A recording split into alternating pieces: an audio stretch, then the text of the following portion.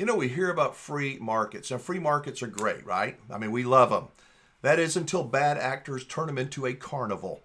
Sadly, that's how I see much of the RV industry. So today, macro meets accountability as my conversation with KEVIN FRAZER continues. KEVIN is as honest as they come, and we're going to dig into why some RV dealers run wild, how some banks play along with them, and why franchise-style standards like in the automotive world, could clean up a lot of today's messes. So today's video is about protection. If you want to stay out of RV purgatory, you need leverage, you need documentation, you need to find reviews that can't be faked. And a dealer whose prep, whose PDI, is more than just a, yeah, we did it, I promise. I hope that you'll listen close and scan the QR code or click in the link in the description down below. I have bundled a lot of valuable info that will help you stay out of trouble and save you a bunch of money. Plus, you can connect with what I believe are the best, most honest RV dealers in the country. People who will remember you long after the sale. Well, you need to look at reviews, and I know reviews can be jiggled. Now, there's one place where reviews cannot be easily fraudulent. But it's a website that's kind of blown itself. And I mean, it made deals with Google and got lost, but we still use them and we trust them. And this is going to also apply to your owners who want to sell an RV, because this is the place to do it. eBay. It's a separate part. eBay. It's a separate part of eBay. Even it's called eBay Motors. They used to do a big business, but CarMax and all those others pushed them out, and they lost their way. I don't think there are any other RV dealers other than ourselves that advertise new RVs and used RVs on eBay other than ourselves. Is it because it's just nobody thinks about eBay anymore, especially for buying or selling an RV, or is there another reason for it? Oh, there's another reason for it. To get an eBay review, you must be a buyer of that product.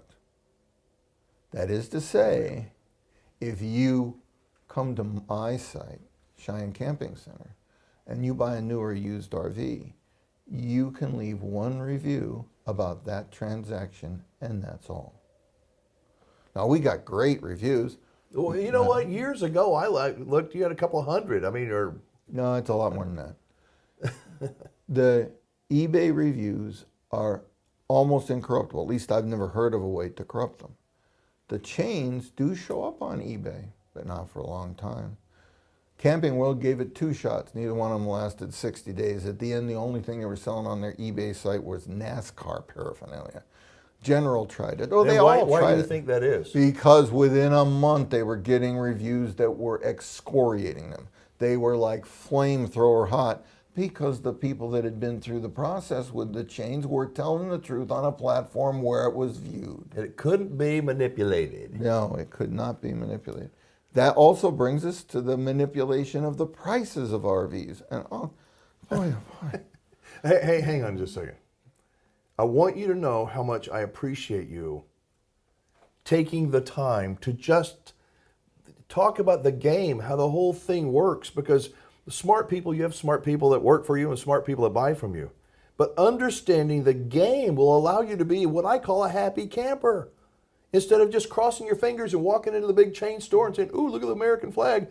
Okay. Well, then just follow look at most people. I always say that humans got a sixth sense. And the sixth sense is your ability to detect subterfuge, deception. You had to have that ability. All animals deceive. We have to. The caterpillar that adopts a different color is deceiving. Caterpillar doesn't have many neurons. The more complex the critter is, the more complex the deception. So naturally, we're the worst deceivers. Wow. So if your sixth sense tells you that that fellow at Bish's is not telling you the truth, believe your sixth sense. Go with it. Or you could be like a Missouri and show me. When you buy something, make them show you how it works before you sign the papers, before you surrender the money. That's the only way. But we should talk about... to go back to values. Go back to talking about the values, because All right. I hear people talking about the book says this, the book says Oh that. golly, we did an expose on the book. The book used to belong to the National. There is only one. The J.D. Power, yes. It's now National Automobile Dealers Association, a NADA. non-profit organization, sold the RV value guide to something called J.D. Power some years ago. I think it was 6 years ago.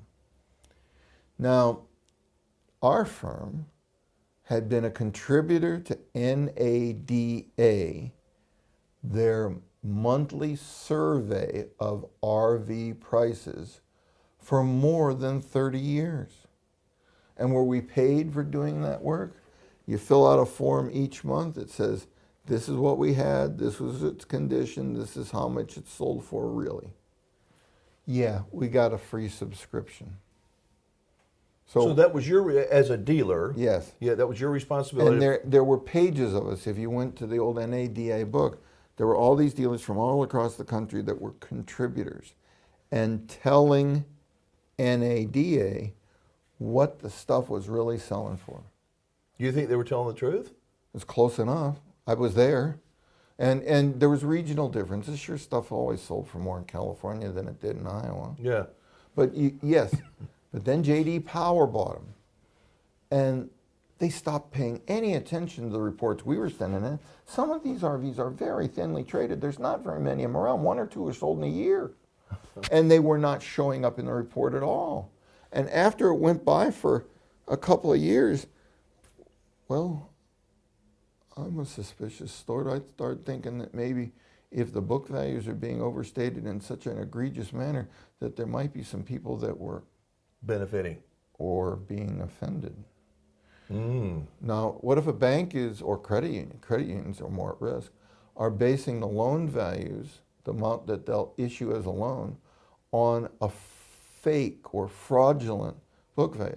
They're saying that the book value of this particular RV is, well, right now, more often than not, twice what it really is. Now, how do I know what it really is? Because I use eBay. Yeah. And eBay, the whole market, United States and Canada, is going to tell me how much that one or one like it sold for. And I keep the records going back years. I can do the deflators and all that stuff. When J.D. Power's numbers diverged from NADA numbers, all kinds of mischief could ensue.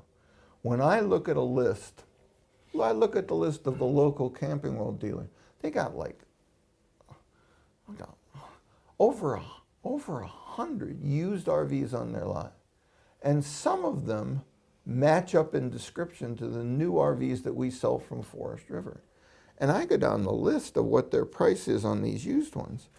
And if it's 4 or even 5 years old, Camping World wants the same amount of money or more than what we're advertising online to sell them for new. Now, what's the game?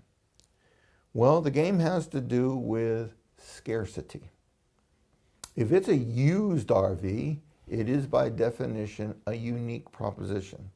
There's not another year, make, and model like that one. Right.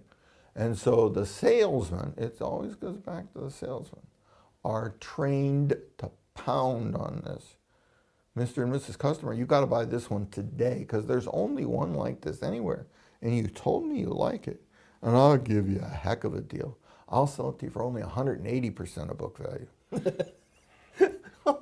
And then it happens. It happens, and then it's got all of those non-physical assets, those non-value assets stacked on top of it. On top. Well, you know what? And I know that where you're going with this, folks. I have a letter here that's dated in January of 2022, so it's going on almost 4 years old. Oh yeah. All right, and this is a letter from Cheyenne Camping Center to the editorial staff at J.D. Power. It took guts. I'm telling you. No, this Kevin is not Frazer. guts. If there was a class action suit for these, Well, hang on. Let me read the letter first. I mean, just to have the cojones to do what you do, to say what you say, to call a spade and be honest about it, and not ugly. it's so commendable. This is to the editorial Very nice, staff. but this was fear. I understand, but we'll explain that in a second. The correspondence represents our second attempt to resign from your recreational vehicle dealer advisory board. You were on the board when For 30 years. when Well, ma- it was NADA when we yeah, joined. when managed by NADA, the RV values displayed under trade-in and retail headings were increasingly ridiculous. Under the administration of J.D. Power, your conclusions have gone beyond the absurd and entered the realm of legally actionable. I've submitted valuation reports without effect yet. Our company remains on page B1 of the current blah, blah, blah. Please delete all references to Cheyenne Camping Center in print and electronic J.D. Power publications. Sincerely, blah, blah, blah. And what did they, this was your second attempt to, Yeah, we disappeared after the second attempt. okay, but it took you 2 attempts to get your name removed. Why did you do that besides you said this ain't right? Because you were afraid. Let us imagine that there is a litigation. Who would be a complainant? Well, let's say the National Association of Credit Unions suddenly finds that they have a book of used RVs that range in age from 5 to 10 years old, that the collateral value is only a fraction of what they made loans on. Or suppose the insurance industry is paying out claims for total losses on RVs that are the paid claim is far in excess of the market value. Or imagine that a group of, well, you see where this is going. Yes, I do. Now, if it was assembled as a class, you know, And you're on the board. and I'm on the board, I'm in the class. That's why you want it off. That's fear. That's fear. Look we talk about lawyers, but I like lawyers, but there's a lot of lawyers I really fear. And if I get sucked into a class, there's things we don't do because there's class action suits. There's things we won't take and trade because there's class action status. We don't want to be part of that. Now, what's the downside for Cheyenne Camping Center? Well, we don't really need the book. In fact, we've been mocking the book for a long time because of our participation in the auctions.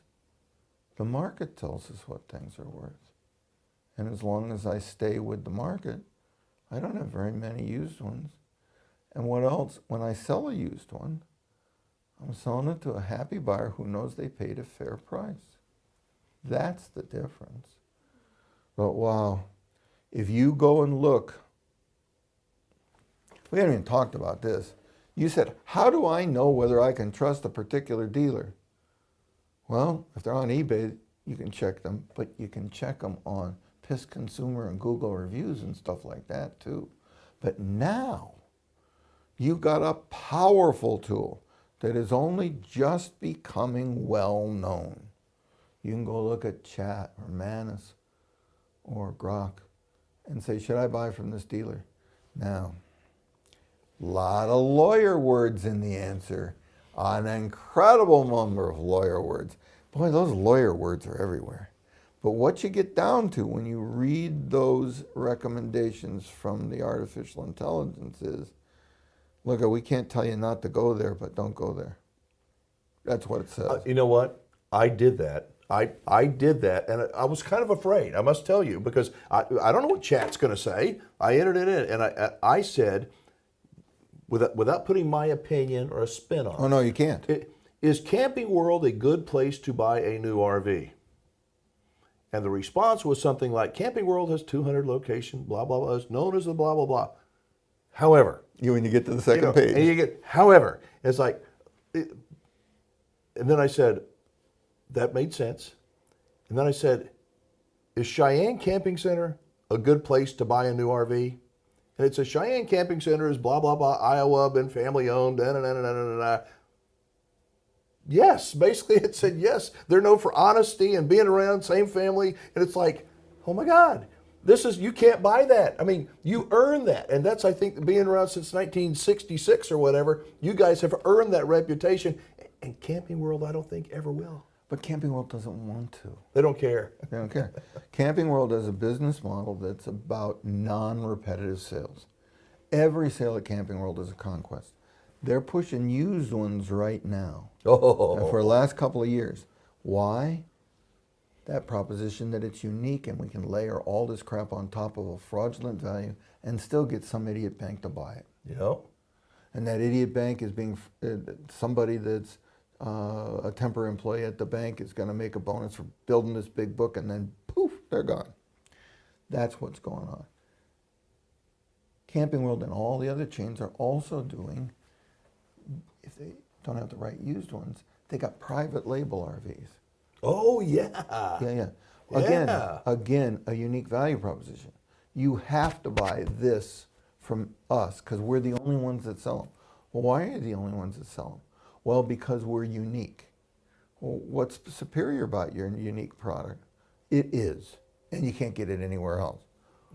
Well, So in other words, it's a non-answer. if you go to the grocery store and you splurge and buy a can of corn that quite a disappointment versus Green Giant, you're out a can of corn. Right. But if you buy an RV, trouble begins because those private label are purchased on a contract basis and the manufacturer is different mostly every year. Now, you've been around the RV business long enough to know that one of the biggest problems is parts, especially parts on older RVs. Wouldn't you say that? Yes. Although new ones too. There's no part support for those private label things. You get a crash on a 5-year-old, there's not really anything that can be done. And that's already affecting insurance rates. So these private labels, Are just as bad as overpriced used ones. who is more to blame for the current condition and the attitude, I guess, of Oh, it's the when people- dealers. It's all the dealers. The dealers. I It's was the going to ask, dealers. is it the manufacturers or dealers? 'Cause The dealers are running wild because there's no franchise agreements. They're just running wild. They're doing whatever they want. We talked about all the litigation that's going on. And who gets sued? In my direct experience, if somebody thinks they've got a lemon, they sue the manufacturer and the dealer. And in my experience, the dealer immediately throws the manufacturer under the bus. absolutely. And it's the deep pockets, and pretty soon you've got the dealer testifying against the manufacturer, and so there's no justice in that. But system. it's not the manufacturer all the time. It's the dealer that, like you said, gets an RV, hadn't even washed the damn thing. It's been sitting on the lot for a year or more. Sometimes it's had parts You robbed know, off of it. and here's another one. The dealer says to the owner, the buyer, well, have you, checked the seals and been up on the roof? Well, the dealer never did it. Yeah. And the dealer doesn't even do it while it's sitting on the damn lot, but they're going to blame you for not doing what they were supposed to do. And it's that finger pointing. It just kills me. But if you're an organization like Camping World that doesn't care about your customer and doesn't care about repeat business, you just want the problem to go away and you'll move on to fleece the next victim. What Marcus Lemonis has been asked many times that I've heard in conferences with investors. What's your ratio of repeat business? I've told you we score at 70, and in tough times it goes up. I found out last year, and this is double source, so I think it's true, their repeat business runs around 1.3%.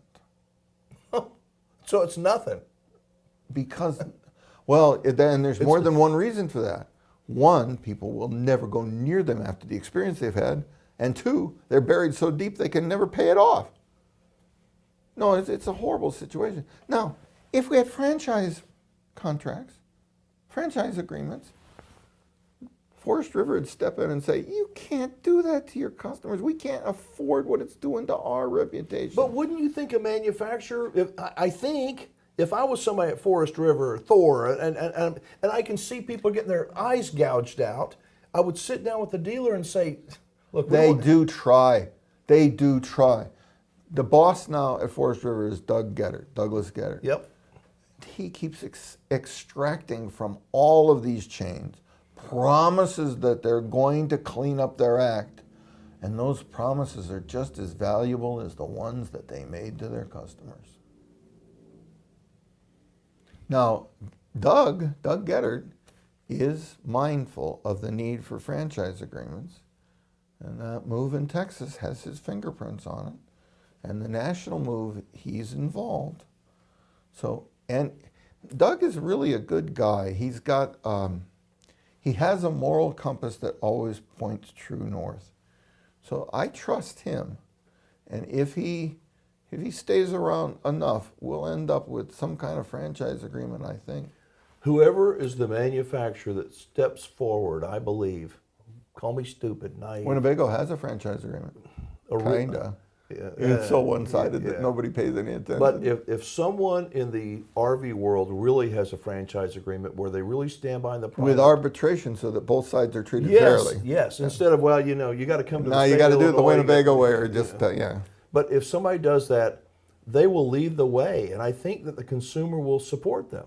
I think. In Pete Legal's later years, his quest was to improve the quality of Forest River products so that they separated themselves from the pack. But he's getting tugged down by all these market forces all the time. And lamentably, he passed on without getting that done. But his goal was to get to a warranty that was like a car warranty. So you wouldn't be enticed by these ESPs until after it was 3 years old, where a real market would develop. Right. But he couldn't get it done because of all these cross currents and all these conflicts of interest. But I think Doug Gettert's going that way. Okay, I got a question and situation.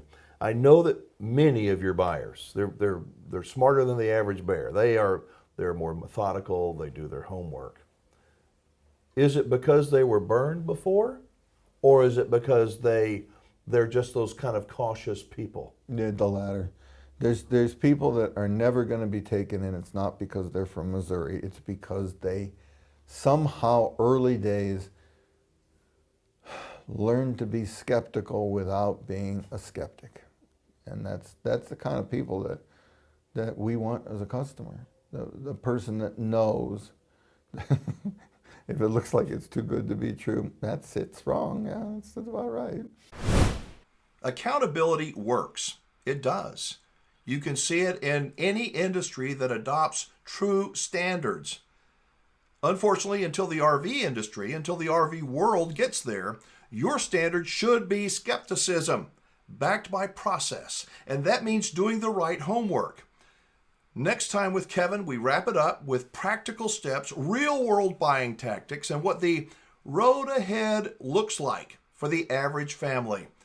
Before we jump, do scan the QR code, and if you can't scan, hit the link in the description down below for free RV resources, how to get a hold of me, and links to not only Cheyenne Camping Center, but other great RV dealers I encourage you to check out. I trust these folks, I do, and I think you can as well. Be safe, have fun, play nice, and don't leave your good manners at home. I'll see you in part 4.